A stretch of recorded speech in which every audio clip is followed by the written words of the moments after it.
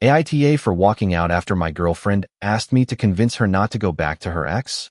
I replied, and can you give me a reason for me to stay with you? I paid my share of the bill and left. A few days later, she showed up at my apartment door, crying. I should have seen the signs the moment the word boring started creeping into her vocabulary. At first, it didn't sound like an accusation. It was just an adjective. She used that word for things I considered responsible. My 401k strategy was boring. My preference for cooking a delicious meal at home instead of waiting in line at a loud, overrated club was boring. My habit of paying off my car ahead of schedule was boring. Natalie and I had been together for 3 years. For the first 2, my stability was exactly what she claimed to want. She was coming off a string of chaotic, toxic relationships with men who treated her like an option. I treated her like a priority. I helped her refinance her student loans. I was the guy who would pick her up from the airport at 2 a.m. without complaining, the guy who would listen to her vent for hours about toxic coworkers. But at some point, around year 3, the peace I offered stopped feeling like a sanctuary and started feeling like a prison. The ghost of our relationship had a name, Brandon, her college ex. From what I gathered, Brandon was a total mess. Spontaneous, which in practice meant irresponsible. Passionate, which meant emotionally unstable. He had cheated on her twice, borrowed money he never paid back, and finally ended their relationship via text to go backpacking through Europe. For years, she spoke of him with contempt, but in the last couple of months, her tone changed. Brandon's back in town, she commented one night, scrolling through Instagram. He opened a branding agency. Looks like he finally grew up. I didn't think much of it at the time. A week later, the comparisons began. Brandon bought a loft downtown, she said while we were watching a movie. It's all industrial. Exposed brick, huge windows. It has character. Different from here, she finished. I looked around my apartment. 2 bedrooms, modern, clean, in a good neighborhood, everything in its place. What's wrong with this place? I asked. She sighed. That heavy, almost rehearsed sigh. Nothing. It's just so safe. You know? It's what everyone expects. It's beige. That became the new buzzword. Safe. Beige. Predictable. The red alert started flashing brightly the following Tuesday. We were on the couch when her phone vibrated. She grabbed it with a reflex that was a little too quick. She angled the screen away, typed something, and placed the phone face down on her leg. Who was that? I asked, keeping my voice neutral. Work, she replied without looking at me. Mia is having an issue with a supplier. Mia, her assistant, had quit 3 weeks earlier. I didn't confront her. I didn't yell. I just felt an icy knot form in my stomach. That's when it hit me. I wasn't her partner anymore. I was a backup plan, an insurance policy she was keeping while she shopped for something better. I decided to try one last time. I made a reservation at La Vallée, a French bistro she had wanted to try for months. It was expensive, the kind of place reserved for proposals or major achievements. I needed to know if my effort still meant something, or if it was already too late. Friday arrived. I put on the suit she said made me look like James Bond. She showed up in a flawless black dress, but her energy was off. She was fidgety in the Uber, checking her phone 4 times. She didn't ask about my day. She didn't comment on the restaurant. We sat down. The ambience was perfect. Low light, candles, soft jazz. Ideal for a couple in love or for a breakup. She ordered the most expensive wine on the menu without consulting me. She downed the first glass too quickly, looking around as if searching for an exit or for someone else. When the appetizers arrived, the silence between us was almost physical. I decided to break it. You seem distant, don't you? I said, cutting into my steak tartare. Is everything okay? She put down her fork and took a deep breath. For a second, I thought she was going to apologize, to say she was stressed or anxious. But she looked at me with a calmness that was too composed to be a good sign. I need to be honest with you, she said. I've been talking to Brandon. I stopped eating, carefully placing my knife and fork on the edge of the plate. I said nothing. I just waited. The lack of a reaction seemed to unsettle her. She wanted to fight. She wanted me to raise my voice so she could call me controlling. When that didn't happen, she had to keep talking to fill the void. He reached out to me a few weeks ago, she continued, her voice gaining a strange, almost arrogant confidence. He apologized for everything in the past. She paused briefly, as if that alone was impressive. He's changed, Evan. He's doing really well. He has this different energy now, magnetic. He wants to try again. He said he never stopped thinking about me. She stopped, took a sip of wine, and watched me closely, searching for jealousy. I didn't give it to her. Okay, I replied. My voice came out too neutral. Why are you telling me this here? She leaned forward, resting her elbows on the table. It was time for the proposal speech. Because I'm confused, she said, though she didn't look confused at all. She looked empowered. I care about you, Evan. I really do. She smiled faintly.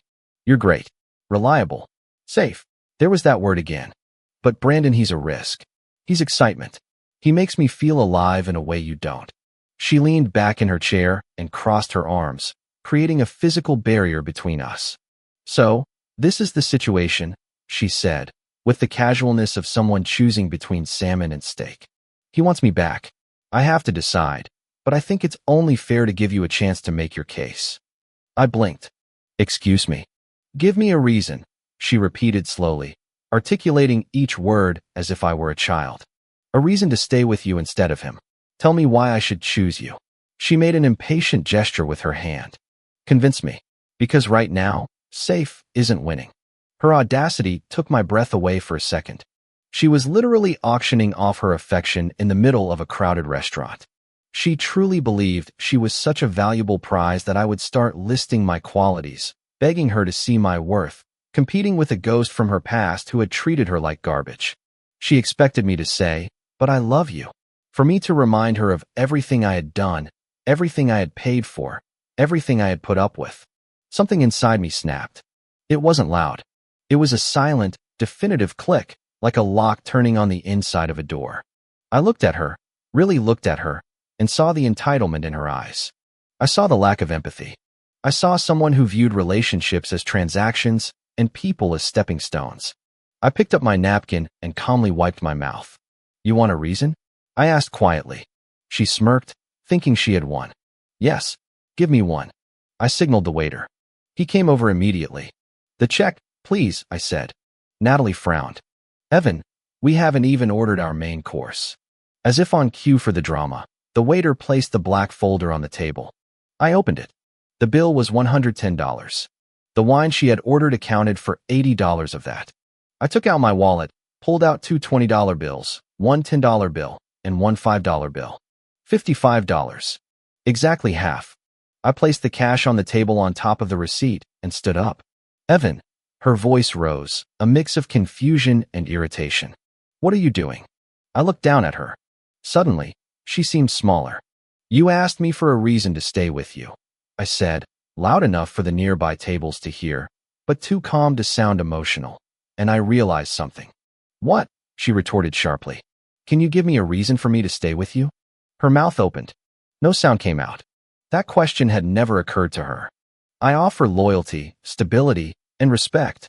I continued, buttoning my jacket. You offer confusion, comparison, and an ex-boyfriend you're secretly texting under the table. I tilted my head slightly. You can't just leave, she fumed, her face turning red as she noticed people watching. You can't just leave me here with the bill. I paid my share, I replied. I took a step back. You wanted independence and excitement, right? Paying for an $80 bottle of wine by yourself should be pretty exciting. Call Brandon. Maybe he'll cover the rest. I turned and walked toward the exit. Evan, she yelled. If you walk out that door, we're done. I didn't look back. I pushed open the heavy glass doors and stepped out into the cool night air.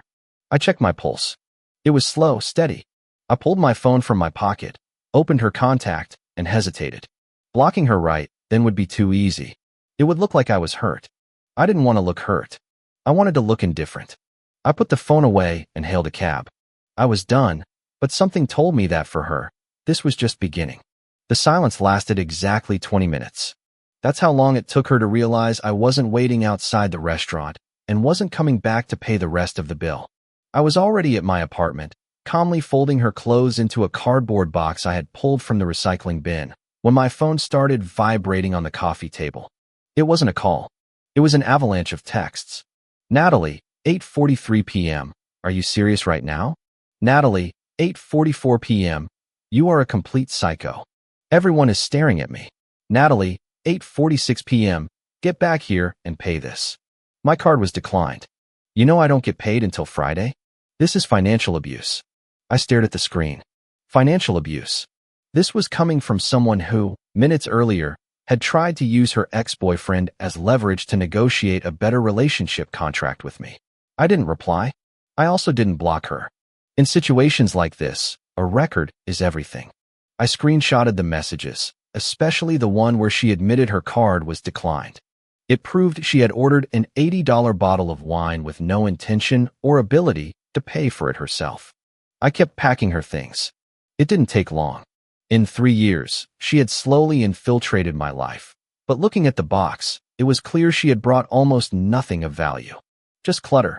Expensive skincare products I had paid for, clothes bought to impress other people, a few framed photos of us where she always looked perfect and I was slightly out of focus. I put the box outside my door, took a picture of it, and sent it to her. Me, 9:15 p.m. Image attached. Your things are outside. Do not ring the bell. The reply came immediately, dripping with venom. Natalie, 9:17 p.m. I hate you. You are insecure, jealous, and boring. Brandon is on his way to get me. He treats me like a queen. Enjoy your sad, lonely life. I put my phone on Do Not Disturb, poured myself a whiskey, and slept better than I had in months. The smear campaign began the next morning. That's the part of the breakup playbook that certain personalities love most. If they can't control you, they try to control how others see you. I woke up to 3 missed calls and a long text from Hannah, Natalie's best friend. I had always gotten along with her. I had even helped her move twice. But clearly, the story had already been twisted. Hannah, 10:02 a.m. I can't believe this about you. Natalie called me crying. She said you yelled at her in the middle of the restaurant, threw money in her face, and abandoned her just because she mentioned an old friend. I thought you were a good guy, Evan. Guess I was wrong. You need to apologize. I took a deep breath. Of course, she had omitted the ultimatum. In Natalie's version, she was the victim of a jealous tyrant, not a woman who tried to auction off her own affection. I could have ignored it, but I knew that letting a lie circulate unanswered can damage a reputation. So I did what I always do. I didn't get emotional. I didn't get defensive. I presented facts. Me, 10:05 a.m. Hi, Hannah. That's an interesting version of events. What actually happened was this. She told me she wanted to get back with her ex, Brandon. Then she asked me to give her a reason to choose me over him. I declined to participate in that competition. I paid exactly 50% of our bill and left. She is now free to be with him. The 3 little dots appeared, disappeared, and appeared again. Hannah was typing, deleting, and retyping. The cognitive dissonance was hitting hard. Me, 10:07 a.m. Oh, and she texted me last night saying Brandon was picking her up and treating her like a queen, so she shouldn't be crying. She got exactly what she wanted. Hannah never replied. I later found out she screenshotted my text and sent it to their group chat, asking Natalie if it was true. They say Natalie had a meltdown, claiming I was twisting her words, but the seed of doubt had been planted.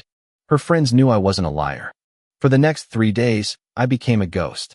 I worked, I exercised, I ate well. Meanwhile, Natalie went into full public relations mode.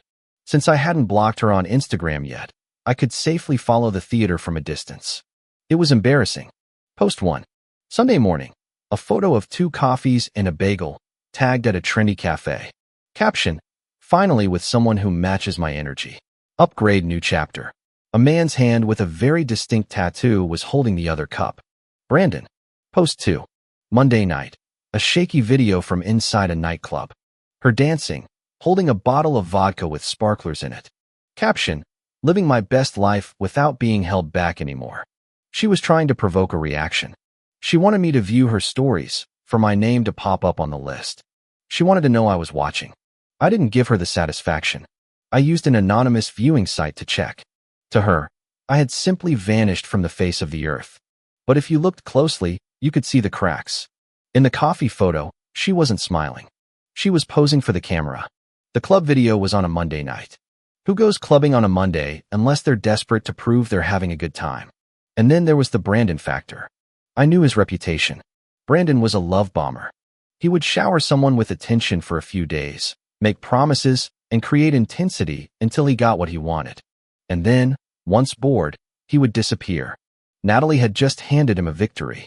She had left her stable, boring boyfriend for him. Brandon's ego was fed, but ego is a fuel that burns out fast. On Wednesday, 5 days after the dinner, the silence was broken. But it wasn't a text from Natalie. It was a direct message from a guy I vaguely knew, a friend of Brandon's named Jordan. We had run into each other at a few parties years ago. Jordan: "Hey man. Weird question. Did you and Natalie break up?" "Me, we did." "Why?" Jordan: "Gotcha. Just confirming. She has been crashing at Brandon's place since Friday, and the vibe is getting heavy. I think she believes they are a couple now." I waited for the rest of the message. Jordan: "Brandon told us she's just a placeholder until his girlfriend gets back from her internship in London next week. Figured I should give you a heads up before it gets messy." I stared at my phone. A placeholder. The irony was almost poetic. She had called me a backup plan. Safe. Predictable.